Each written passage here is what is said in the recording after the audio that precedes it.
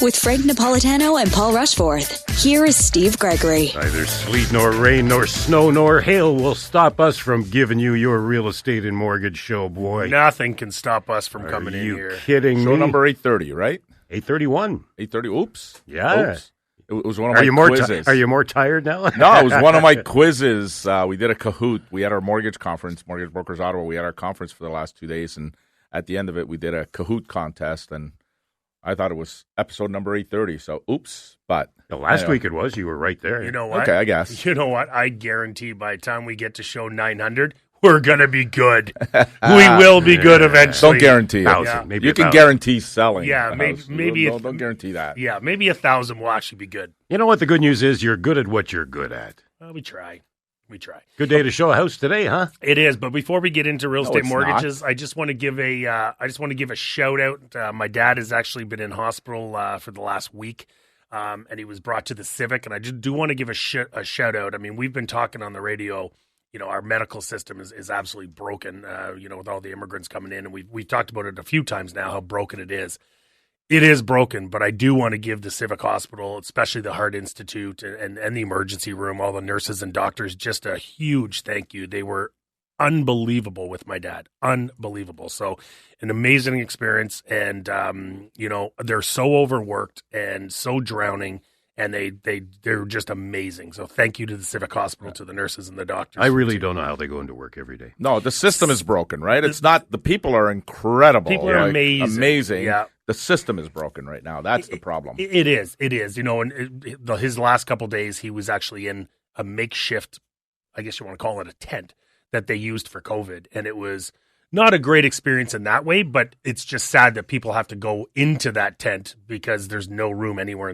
They were trying to get him actually into the Heart Institute. There was no beds, no room, so he couldn't. Yeah. So the Heart Institute was coming to him in this tent. So just a big thank you to the Civic Hospital. And most importantly, your dad's doing better. My dad's he's being discharged. Yeah, he's going to be living on some medication for his heart now, but it was touch and go, and it was just an amazing experience. That's awesome. So now, if your dad is listening, if he wants really good service next time, change the last name. Yeah. Well, I will tell you that his doctor actually wrote him a note, and basically it must have been something very powerful because everybody, my dad's a doctor, as everyone knows. But when they came to see my dad, even one of the heart surgeons came to see my dad, and he walked in. He said, "Oh, good morning, Mr. Rushforth." Oh, excuse me, Dr. Rushforth. So they treated him like he was a doctor, and they took great care of him, and it was amazing to see. So just a big thank you to the Civic Hospital. It's not a good time to get sick in these. It's not. It's unbelievable how overworked they are, how short-staffed they are. There was an article that came out, and it says 60%. 60. I thought it was lower. I thought it was 40. I might have said 40 a couple weeks ago. 60% of all nurses and doctors don't want to come to work anymore. I don't blame them. I don't either. I mean, especially they work 12-hour shifts, right? They work 7 to 7, and then 7 to 7 overnight, and it's they're overworked, and even in emergency, the crap they had to put up with in there. I was like, how do you guys do this? They're like, it's an adventure every day. Yeah, but I can bet it is. It's an adventure every day. But anyways, back to real estate and mortgages. You mentioned about showing homes. Absolutely. This is a tough day to show homes. You have to make sure if your home is on the market. I know, well, it stopped snowing, but they say it's going to snow till about 7 o'clock tonight. If that's the case, you constantly have to make sure your steps and your sidewalks and your driveway is clear. There's nothing worse than someone pulling up and that's not done. They see that, and the first thing that comes to their mind, what else is wrong in this house? Or, if they can't even shovel their steps in their driveway, what have they let go in the inside? And it just makes house? It all seem so enclosed. And it's just so you make sure listen, selling your home in the winter, it's not easy. It's just not easy, especially with the winters we have. But you have to make sure that, one, your house is accessible, and two, no one's going to slip and fall, so make sure you get that salt down there. But curb appeal is everything. And I know it's winter. No one sees your grass, and no one sees your garden, and no one sees all your beautiful landscaping.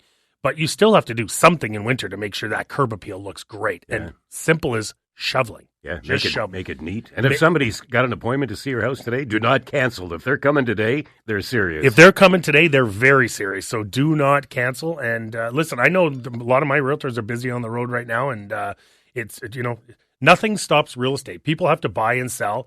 Nothing stops real estate. Doesn't matter what the weather is. Nothing stops it. And I'm sure there's some people that canceled their showings today, but there's a lot of people that didn't. And if they didn't cancel their showing, They may be looking to buy, people. I wouldn't cancel today. Are you kidding? I wouldn't cancel. They're looking to buy for sure.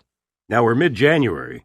Are the listings starting to go up? They are. I didn't look this morning, actually, just I was so busy with the snow. But, I was shoveling, Frank, and He had to call so many people. He was so busy. It was hard to call people to shovel off my car and stuff like that. Unbelievable. It's hard. Unbelievable. Just joking. I did it myself. Well, Petra did it. Who am I kidding? Joking. But yes, and even around your air conditionings and your ducts and your vents and things like that, make sure they're clear, especially your dryer. Your exhaust fans. Your exhaust fans, make sure those are all clear. People forget about that. And next thing you know, you got carbon monoxide in your house and poisoning people. So make sure that's all clear. And like I said, it's tough in winter when you're selling your property to have it ready to show. Little things like make sure you have a lot of mats in the entrance because people are coming in with wet boots and stuff like that. So make sure that happens because you might have... And don't make them take their boots off outside. No, don't make them take their boots off outside. And they need a place to take their boots off, but too many people don't do that. And then what happens is you might have 3 showings that day, so you've left for the day. Well, the first person comes in, the first couple or whatever, come in. Make a mess. Next person sees that mess and is like, oh, maybe we don't have to take off our boots. Maybe they walk in the house with the boots on. So make sure you're doing these little things. One, the preservation of your house for one, and 2, to make it showable and ready to sell. But where's a realtor's responsibility in that? Like, if I'm the first person that's going through, I'd like to think that the realtor will, at least let the people know, hey, we got to take care of the property here. Like, let's not be messy. Well, that's always in the instructions. It's always, please turn off lights, please take your shoes off, please do this, please do that, please do that. So, but listen, I mean, we're sometimes we're carrying 150, 160 listings. We can't be driving around to all our houses to make sure. No, not you. The realtor that's actually brought the people that's over. Showing, yeah. Absolutely, it's their job. Listen, when we're showing a property, if we see people even thinking of walking in with boots, it's like, boots off, please. Like you're an extension of that seller. If you're showing a property to a buyer, you're an extension of that seller. And if you're an extension of that seller, take care of that house for that seller. So tell your clients to take off their boots. If there's kids running around everywhere into things, tell the kids that that's not acceptable. You're an extension of that seller, and that seller is an extension of the clients. So make sure you're doing what's right for the client and for the seller. Yeah, don't be going through drawers. Oh, that's absolutely a no. The only thing you need to go through is kitchen cabinets, and that's a must. See if they're soft clothes. Well, to see if they're soft clothes, to see if they're sturdy, if they're clean, if they're Cleanliness of your cupboards goes a long way too. If you go open those cupboards and there's crumbs and crap everywhere, there's a very good chance this house is not as clean as it should be. Yeah, if what you see is dirty, you got to wonder how what it was you taken can't care see. of. Yeah, exactly. I look at your rates today, Mr. Napolitano. Nice to see a 4, eh? Nice to see a 4 for a 5 really? year. Yeah. Wow. 4.89. We've got a preferred lender that as we had our conference. So we just had 2 days of conferences with great data that we got. AI certainly makes the headlines. So we want to know how we can use AI in our business.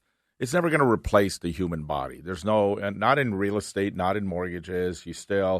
You can't replace the actual touch, the actual. So my single life is not going to get any better, is what you're saying. AI might help on that front. That's what I'm wondering. Might help on that front. I don't know about buying a house or getting a mortgage. So, but again, great speakers. One of them being Brandon Ray, who I know his wife worked for Paul Rushforth, and he's currently the manager of policy and external relations for the Ottawa Real Estate Board. And he spent an hour with us and gave us the heads up on what's going on and some of the new rule changes that came into play, and it was very informative. And what we thought was going to be a 30-minute presentation turned into an hour because there were lots of questions, and that's exactly what our mortgage agents are all about. They want to be educated. They want to know everything about their business so that they can advise clients a little bit better. But and it changes every day. It does. I think both our industries should do a better job of cross-training. Well, you know what I mean? Like you oddly guys. Enough, I ended it with our conference with we have a slogan every year, and our president Sherry Crease comes up with a slogan, and for us this year it's "Let's Go." That's our slogan, is "Let's Go," because we've had a rough 18 months, and this year is like "Let's go." Like the interest rates are coming down, but I finished the conference with my agents and the lenders that were in the room, and mine was be better. Like, we need to be better. We still see some decisions that make us shake our heads when we send files into lenders, and some of the paperwork they ask for, some of the things that they look at that have no bearing on the file. So for me, it was like everybody's got to be better. I'll tell you, the lenders are getting really strict on investment properties right now. Again, there's that little bit of a fear out there where we're going into a recession and people aren't paying their rents. You start seeing these stories where people are refusing to leave. Had another file this week that the buyer walked away from it because the tenant wouldn't move out. They wanted it for their own place, and the tenant wouldn't move out. So we're seeing things that we generally don't see. We're seeing a little bit more of. We had First Canadian Title, and I know we had Danielle on the show last year, but Katie called in. She was in Toronto, and with the weather, she didn't want to come out, so good for her. But she called in. The amount of fraud, $539 million worth of fraud that they caught last year. Just last year. What type of fraud? I would bet a majority coming out of Toronto. Most. But people that rent a house, they take ownership of the house. They actually go out and they get ID made because they live in the house. They're showing it because they've rented the house. They don't own it. They get the owner's information because they've got it on the lease. They get all this information. They pretend like they're the actual owners of the property. And it's incredible to see the degree. And she was explaining it all. And it's mind-blowing what some of these people are doing out there to try and make a buck as opposed to going to work for it. I do. I will tell you, though, Frank, I do love that. Be better. I love that. Better. So be better. Yeah, be better. Yep. Just be better. Yep. Are you okay if I actually steal that? Because I love that. Be better. Yeah. In fact, we're going to try and do exactly that when we come back. We will be better in the second segment. 521-TALK, 521-8255. We'll be right back. Welcome back to the show, In the Snow. In the snow. So I'm looking at these municipalities and what they're planning on charging in municipal taxes in their upcoming budgets. Minimum for Toronto, they're looking at 10.5% increase, maybe 16.5%. In what world does that make any sense today? Not just that, though. Halifax, 6%, 8% in Calgary. Hamilton looking at 14.2% increase. And this is, they've reassessed homes. So it just came out a few months ago where the homes in Ontario have been reassessed. So now you're paying tax on already a higher amount because now, again, when I got mine, I was pleasantly surprised. Yeah, usually you are, right? Lower. Yeah. It was much lower than I thought it was going to be. It's like, all right, this isn't so bad. I was expecting this crazy number, and it didn't come in. So, but nonetheless, I mean, here are Canadians struggling all over the country. We're not talking about just Toronto, everywhere. And this is what the result is. It's just, it doesn't make any sense. Just like we talked about the land transfer tax with Brendan when he was there. I said the real estate board needs to now go to these provincial governments. Ontario is one of the few, and Quebec. I don't think Alberta doesn't have a land transfer tax. But the table was set in the 70s based on house values in the 70s. That needs to be adjusted. Like, they're making way too much money on land transfer tax, and it discourages people from selling a home and buying another one because the land transfer tax is over the top. Yeah. Like it's such a big expense today that it's just, for some people, they're saying, forget it. Why do we want to sell our house and buy another one? Look at what it's going to cost us to do it, and it's just not worth it. And it's not fair because that's not the way the system is supposed to work. And why did they ever bring in a land transfer tax? Revenue. Like, you know, because they're going to make money anyway. Yeah, right? like I'm going to go put my name on a separate piece of land on a new home, and I'm going to pay a land transfer tax. Like, makes no sense, and that's significant, right? And sometimes people forget about that. We've had Toronto's got two, right? Toronto has two of those, yeah. So so people forget about that too, right? Like, they think, okay, I'm going to go buy this $500,000 home. You know, I got my mortgage with Frank. Here's what it's going to cost me for my payments. I'm good. Well, you forget about lawyers' fees, real estate fees, land transfer tax, all these things that go with it. That makes it quite expensive when you're going to sign at the lawyer. Yeah, really first-time home buyers get a break, though, right? They get $4,000 rebate, just first-time home buyers. Yeah, first time in the world that you've ever owned the property. They put that in the writing. $4,000 rebate in the 70s was amazing. Yeah. In where we are today, what is that? It's a drop in the hat. Like, I mean, yeah, it's great they're getting a $4,000 rebate, but they're still paying way more than that. Like, it's crazy. It's crazy. My point is, I'm guessing that we're not going to be looking at 2.5% in Ottawa next year. Not if No, it everybody is. else. Next year. In the next Oh, in yeah. the You upcoming mean in 2025. Yeah, he made the promise for 2024. Yeah, he made the promise for 2 years. He did, okay. So how much of an impact is that going to have now on people buying homes? If you're talking between 10 and 16% increase in 1 year, that's a good chunk of money. That's a whack of money. You know what? Saying that, people have to move. Like, But are they going to move here if it's cheaper? Well, yeah. I mean, will it dampen some of the sales? For sure. We are still going to have a lot of people moving here, Steve, because we're still a very, very affordable city. Yeah, but that's what I'm saying. Will they have a tendency to move here now more so because our municipal taxes might be a little bit cheaper than other places? Potentially. Yeah. Well, but they're not. Like, I've done mortgages for clients that own properties in Toronto. You're paying a lot for the house in Toronto, but when it comes to property taxes, not even close to what we pay here. Ottawa is one of the highest in the country when it comes to the value of the home versus what you pay in property tax. Oh, really? Toronto, I've done mortgages for clients that have $1.4 million homes and their property taxes are $5,000 a year. Seriously? Seriously. Yeah, we're here. They're totally different. 18, 19,000. Totally different. Yeah. What do you think the land what's the average home? About $780 or so, right? It's about $780. Average sale price? Yeah. $670. $670. $670, okay. Yeah. Single family you're talking? Well, no, just the median, like single and townhouses, about $680. Yep. It is. Okay. So I just did one for $780. What do you think the land transfer tax is if you buy $780 In Ottawa? In Ontario, really? Except for Toronto. Except for Toronto's double, Yeah, right? yeah. If you buy in the core. Couldn't even guess. Yeah. So $12,000. Like, that's a lot of money. That's a lot. And the average is 667, so 670. So But 670. still, it's not changing that. Over 10,000 probably. I'm just doing it right now. And you know, $98.75. $10,000 in land transfer tax. $10,000. Boy, wouldn't that be nice as part of your down payment? And wouldn't it? And No. keep in mind, that's the average, right? Yeah. Like usually most of the Yeah, if houses. you're $1 million now, you're looking at what? Well, I had a client that bought a $1.4 million home, and he was blown away at what his land transfer tax is, and I'm just pulling it up right now. Even property tax at a 1.4. Oh, yeah. You're probably $12,000. Land transfer tax, $24,475. So you have to pay the government $24,000 for the privilege of buying the house, and then putting the title in your name, and then pay them about $10,000 to $12,000 a year after that. Okay, so the land transfer tax is provincial, Right? and municipal. The Matter. property tax It's all is coming out of municipal. your It's not a tax. pocket. Yeah. Listen, I'm the guy who says, wait a second, if you're deducting tax off my paycheck, then I shouldn't have to pay tax for the stuff I'm buying. Like, Right? we're getting double-ended. Like, it's just not fair.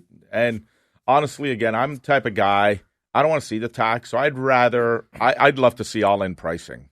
If I go buy something that's $10, it's $10. I agree. Make the tax be in there. I agree. Just let me pay the $10 Yep. and let me choose to buy it, and the tax is in there, and the retailer can submit the tax. I don't want to know about it. I agree. That would be the best way to do it. Going back to those assessments that you actually get, there's a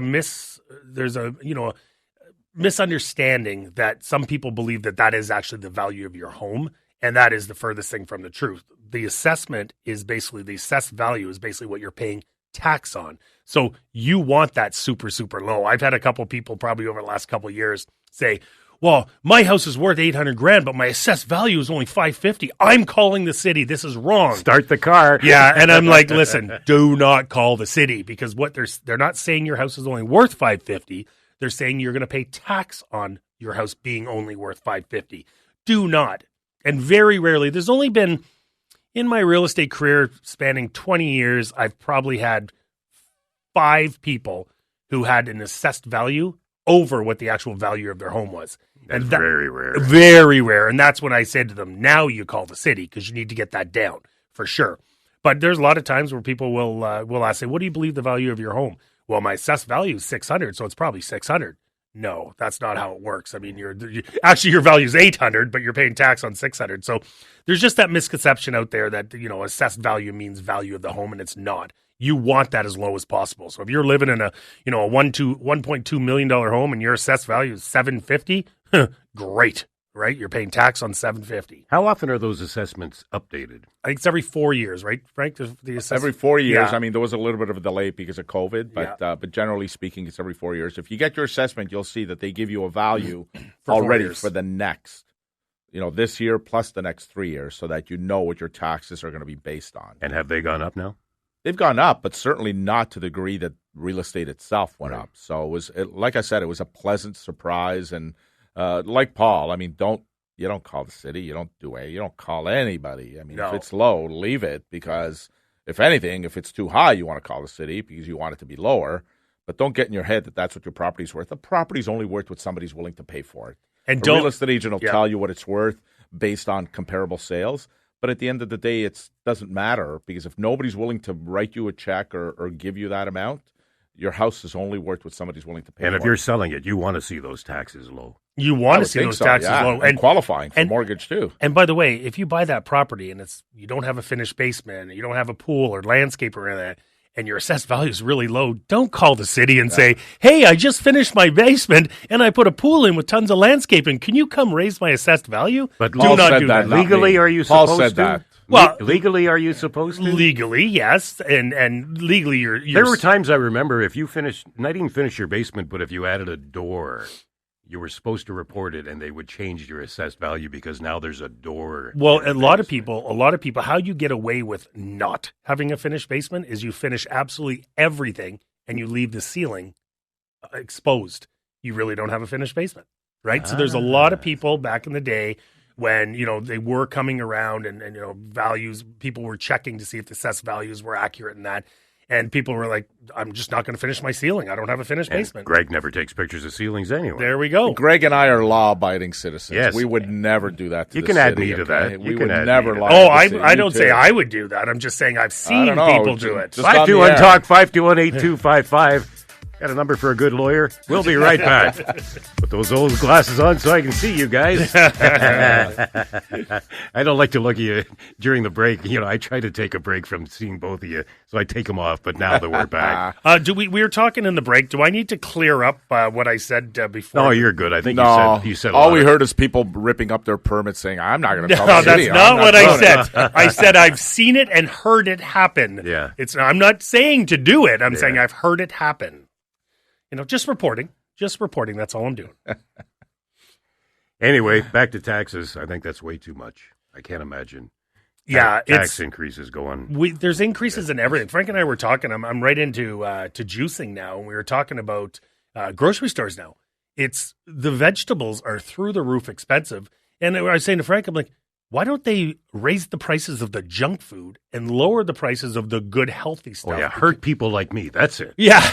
But, listen, you go to that grocery store and they say if you you're doing things healthy, if you work the perimeter of the store, as soon as you start going down aisles, you're into the junk food, right? Yeah. And, but it's like I went and got a whack load of vegetables to do some juicing and that. It's a fortune. It's a fortune to get these vegetables. Yeah, but with the money you're saving in dry January, you can afford it. Well, I am doing dry. And now that's a lie. I did have one drink last night, but I'm doing dry January, feeling great. Plate of pasta is way cheaper than that juicer. So anyway, plate of pasta, yeah. Hey, listen, I keep reading stories this week about these new builds and people walking away from them. Is this a thing now? It is. I was on the news this week about something in Carleton Place where a builder drastically dropped the price, and he did sort of what they call a Christmas special. I work with a builder right now as well that did the exact same thing through November, December, and called it a Christmas special. And they're saying how a lot of the residents who paid way more for their properties are now looking at these people paying fractions of what they paid and moving into this property, and they're like, okay, so what's the new value of this home now? I paid, let's say, $600, $700. They're now being advertised for $500. So is that the new value of these homes is $500? And the builder dropped them down to $499, sold them all, which is great for the builder. He can move on to his next project. And a lot of times a builder needs to sell product to get financing for the next project or the next row of townhomes or whatever it is. And it's great the builder did that. Problem is, if you're someone who paid $500 for that, you're laughing. If you're someone who paid $700, $800, what's the value of your home now? Yeah. And that's the problem, what's happening right now. And these were new builds. The problem is now the value of that home is really $500. So when this guy who paid $700 or this girl who paid $750 goes to sell her house, what does she put it on at? $750, $800? You gotta wait. You gotta wait. And I think the more interesting part about that article was the fact that the builder ended up reselling the house for the Christmas special at much lower. And is not what I thought was very interesting was that the builder came out and said, and I'm not going after the people that walked away from it because Yeah, I think that was a class move. it was class, except for if I'm one that went through with the purchase, it's like, wait a second, you mean I could have walked away and not been in this bind? Like that's the issue that I would have, is that if I went through with the purchase knowing that I've overpaid for this house, then I would struggle with the fact that the builder came out and said, but I'm not going to go after them. I think it's a class move. Yeah. But it's not if you were one of the people that ended up overpaying for it. And that's the problem. And then Frank, you're interviewed all the time on the news, but you spend about a 15-minute interview with the person, and they put a little snippet of you on there. So there's lots that I had to say about this. Like I said, I'm working with a builder right now who did this as well. Not as drastic as what they did. We dropped it in order to get some sales, but a lot of times, like I mentioned, a builder, so for example, my builder, he's got, 7 different projects of 12 townhomes. Well, we're on project number 5 now.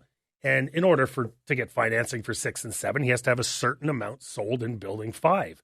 And, it was slow. It was November, December. It was quite slow. So he decided to drastically drop to get a few more sales. Which is a sound business decision. Which it's is nobody else's business. Which is a smart business decision. Does it hurt a lot of other people in the process? It could. I mean, my builder dropped just a little bit, so it's not, no one was getting hurt here, but you drop 100, 200, 300 grand and people are going to get hurt. But I think that's a combination of two things, right? People bought at the peak and interest rates were at their lowest. And now when these buildings are coming.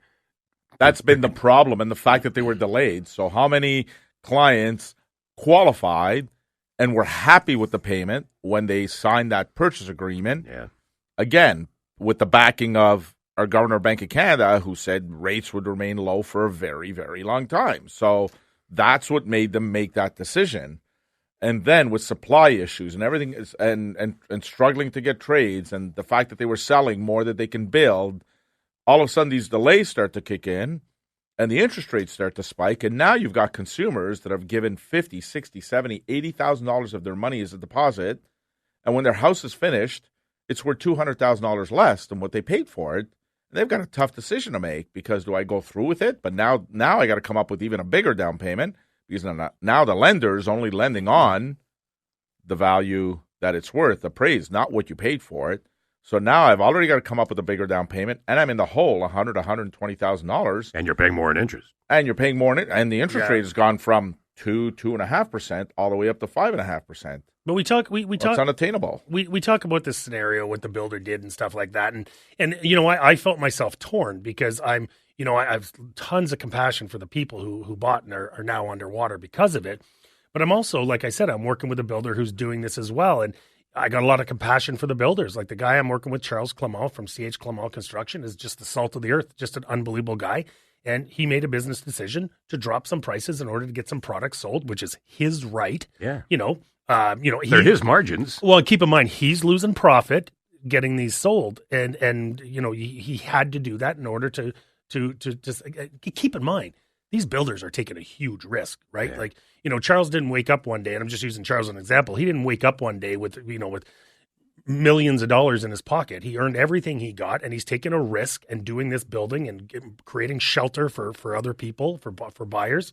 And if he wants to lower some prices in order to get some products sold, but you have no choice. You have to react to market conditions. Have to. It's like me having a house on the market for resale at $800,000, and it's just not selling. We're not getting any showings. It's not selling. What am I going to do? Either change my marketing, which we know my marketing works, or lower the price. And it's obviously no one's seeing the value. So you lower the price. So what's the difference between me having a resale home, lowering the price, and a builder having a new home, having to lower the price? It's a similar problem if you're going through hard times and you absolutely have to sell and you drop your pants on your price, then your neighbors are going, oh, now you've hurt the value of my home. And you have, because when we dropped the prices in order to get some of these homes sold, and then we increased the prices after this special was off, there was a lot of people that said, well, where's the other prices? We were very interested in the other prices. You've jacked up the prices. Sorry, we had a Christmas special. The market is the market. The market is the market. And listen, the problem with new home builders right now, and, we can come down and say, oh, they're charging too much and this and that. Keep in mind, unless the government does something with the fees, development fees associated with a new build. For a builder to come out and say 1/4 of my expenses goes towards soft cost, permits, this, that, like just stuff that's not really going to give any value to this property. 1/4. So he's already in the hole 1/4 of the value of that property because he's wasting it on, well, not wasting it, he's spending it on stuff that has to be done, but doesn't create any value for the property. Plus the amount of time your money's locked up. The amount of time your money's locked up, absolutely. So, if the government could slash those fees, it makes maybe the builders could then lower the price of the properties and pass those savings on to consumers. And that is just not happening right now. And if they can lower those fees, I'm sure the builder, they want to unload product, but if they got a quarter into their, let's say it's an $800,000 house, well, they got $200,000 in fees into that property. Yeah. So they have to price it where they price it if they want to make any money. And these big builders like the Mintos and the Cardells, they didn't wake up one day and just all of a sudden have all these homes to build. Like they woke up one day as hardworking, struggling people who made it in the building industry. And I got compassion for them, just like I have compassion for the people that are underwater now because of that. It's unfortunate, but nobody held a gun to your head. And at the time, you thought it was a good opportunity. And times change. Now, times always change. If you're someone who bought bought at the prices when they're high and you didn't take advantage of that Christmas special and you have to sell right now, there's a problem there. There's a definite problem there, and that's where I have a lot of compassion for the home sellers there because that's their hard-earned money. They worked their butt off to afford that house, and now they're losing some of that money. So I do have compassion for them, absolutely. You are definitely staying in an unhappy marriage for a while. But keep in mind, Steve, if you had to sell right now, of course. Real estate's a long-term play, right? Like, think of what your house was worth, back in the day, what it's worth now. Like, it's a long-term play. It's always going to go up over time. We saw last year our average sale price went down 5.5%, which is drastic, but it's the first time it's gone down since 1996. Yeah. So, and I believe it's probably going to be the last time for a few years because I think this year it's already started out. Greg, how busy are you right now? It's already started, eh? Like our market's already booming. We're already listing houses. If you're not on the market and you're thinking of selling, I'd probably get on sooner than later because the market is starting to take off. As long as the buyers come out, though. At the end of the day comes down to buyers, and we're starting to certainly, even on our end, we're starting to see our phones light up a little bit more, getting a lot more inquiries, a lot more emails. So that's because now we've gone through, 4 or 5 months without any Bank of Canada increases, and now the bond market's priced in 4 rate cuts this year now. So, that's 1 full percentage point off of prime, and that's definitely going to help. Maybe more, though. Maybe more, but at least 4 they priced in already. Yeah. So at least it's going to be 1%. Yeah. 521-TALK, 521-8255. We will be right back. Welcome back to the show. To the phones we go and say hello to James, who's been waiting for a while. Hello, James. Hello. Beautiful out there, isn't it? Isn't it great? Oh, it's fantastic. Getting a bit of a suntan this afternoon. Yeah, I'll tell you what, though, if you're a skier or a skidooer, you're loving life right now. Oh, yeah, it's beautiful. No, it is beautiful. Oh, look at you, cup half full, huh? Oh, why not? For sure. Just a quick question, and there's going to be a little caveat at the end, but the process if you have somebody on title and you no longer want them on title, what's kind of the process to go through? Separation, or what is it? Just Well, no, it's somebody that said that they'll help, this couple out, and they on there now. They don't have really any contact with the person. Yeah, and I'll talk about the financing part of it. So on the financing part of it, if there's a mortgage on the property, the very first thing you have to do is you got to reach out to the lender and make sure that they're okay with that person coming off of the mortgage, because you can't do the title without the mortgage part. So well, it sounds like they needed this person too, so they'd most likely be on the mortgage, no? For sure. Yeah. If they're on title, they would be, yeah. Right? They're on the mortgage as well, right? Yeah. So that's the first step. If that doesn't happen, then you can't do the second step, which is the title. So Can you replace somebody on title? You can replace if you have replace, but again, it starts with the mortgage. It starts with the financing, because they have to qualify then, They have to qualify to be on the mortgage, and then you can go on to the next step, which your lawyer would help you with but if you're changing the title for the mortgage. Now, if you're removing somebody, then the lender will give you a document to say that we're okay to proceed to keep it in your name. And it's probably going to be, and it's probably going to be very similar to almost refinancing it. It's going to be brand new documentation that you have to sign at the lawyers, because then the lawyer has to register the new documentation for the lender with now the new whoever's on title for the new And for the property. could you retain the same mortgage with a different person? Or now are you having to requalify new mortgage and then pay a penalty to get out of your No, own if one? your mortgage, and especially if you've got a mortgage that's at 2.5% and you have 2 years left on it, like you're not gonna jeopardize that. So you should be able to remove somebody without having to do a brand new mortgage. You just continue to term. But again, I mean, if they say no, then that other person is stuck having to be on title and be on the mortgage because there's no out. You may, unless there's a replacement for that person that's coming off. Yeah, and so your first call, like Frank said, is to the lender, because I mean the lawyer part's easy, but the lender part is the tougher one. So if you call the lender and the lender's like, well, you don't really qualify without Mr. Jones on the application, then you can't take him off. But if they're like, yep, no problem. I mean, a lot of times people go on title to get that financing in the first place, and then they start building up a little bit of a nest egg, and their jobs increase, and their credit gets better. They don't need that person anymore. So most likely, when you call the lender, they probably qualify without this person on title. And then if they do, it's a simple call to your real estate lawyer who will work on taking that person off title, and it's not an arduous process, but it's still going to cost you. It's still going to cost you, Yeah, but James, the first step obviously is dealing with the lender to make sure that you still qualify with this person off the title. Yeah, and Because the lawyer's going to talk to the lender anyway, right? Right. The other piece to this, James, is also if the person who's on title hasn't lived in the property and it's not their owner-occupied property, the other step that I would seriously consider is getting an appraisal done on the property because there potentially could be capital gains issues, which the lawyer will talk about.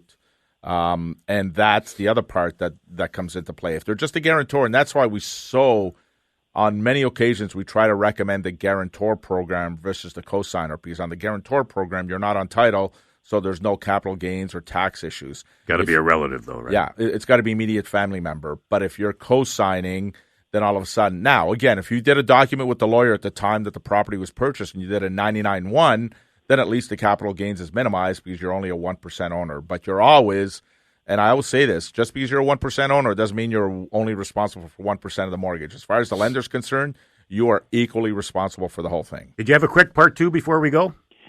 Well, yeah, like they're really not in contact with this person, so doesn't that person need to sign something? Of course. Oh, yeah. Yeah. 100%. They're giving up their share of their property. Of course they do. Right. And quickly. So they have a good mortgage. You said to contact Well, as long right as away. they qualify. As long as they qualify on their own, right? If you're removing somebody and you qualify on your own now, you're okay. It's just a matter of that person now acknowledging that they're coming off the mortgage and coming off the title. Okay. Because like I say, their rate is good right now. Yeah, then keep it. Years. Keep it, yeah. Then keep it, yeah. Thank you, Okay. James. Thank you. James. Bye-bye. Go back to shoveling now. Yeah.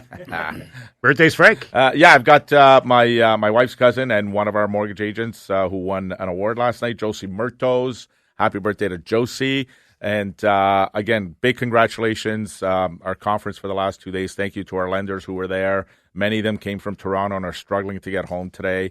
Thank you so much. And to our, especially Sherry and her team who organized this amazing 2-day conference.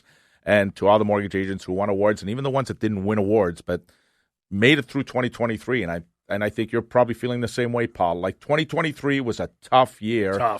And we made it through, and now it's only nothing but good things moving forward. And our slogan, let's go. And by the way, Lisa Belanger says, hands off, be better, Paul. Not touching that one. I like it, man. Not touching that one. Be better. You realize Paul's going to trademark this before 1 o'clock. It's already trademarked. Hopkins already trademarked it. I already own www.bebetter.com.